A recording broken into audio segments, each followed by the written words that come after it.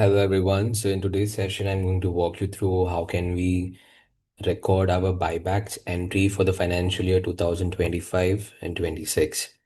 For everyone who doesn't know what the rule determined for the financial year 25-26, all the investors who had applied for buyback and the sales proceeds received in the investor's bank account is considered to be as a dividend income entirely. So, for example, if you bought Reliance at 100 rupee one share, 100 rupee investment, if you apply for buyback, will receive in the bank, and whatever the mark to market will be for the same cannot be deployed as a capital gain. So, for example, I'm going to show you a summary of how we can pass on the entry. So I have HEG as an investment done. I've bought 2000 shares at 450 each. My investment is 9 lakh rupee. Now I'm applying for a buyback. Buyback can be for 12 lakh entirely, can be for 15 lakh entirely, doesn't matter.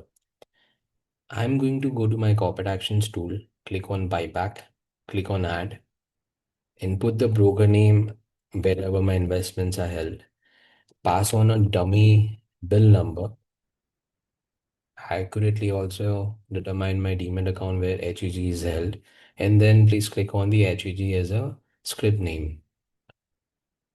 In date, please mention the accurate date when the buyback was debited from your demat, or whatever the corporate action date was. And please do note the rate at which we'll be applying for the buyback has to be 0.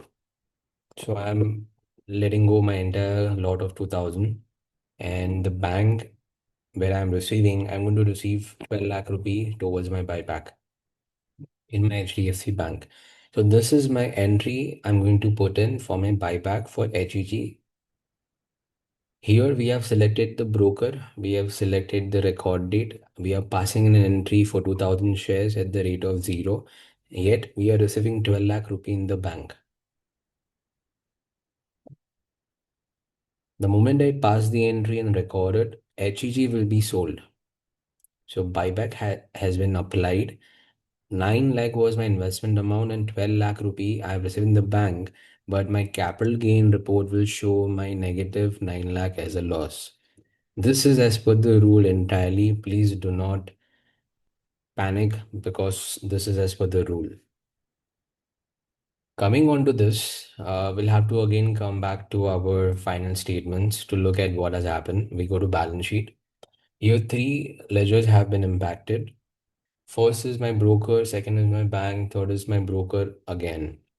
So we'll go to entry, click on journal entry, single journal entry, click on add, put date, whatever comes as default, debit your share investment, and credit your broker. Put in entirely whatever the difference is showing in the broker account. That's 12 lakh rupee. The moment I pass this, broker and investment will vanish because when this transaction took place, broker was not the intermediary involved in the entire transaction, which was the case previously for the prior years. The moment we do this, we'll have to go to the P&L to view up our dividend income that we receive in the bank. This income has been netted off in the P&L and the variance has been taken forward to the balance sheet, and our books will match.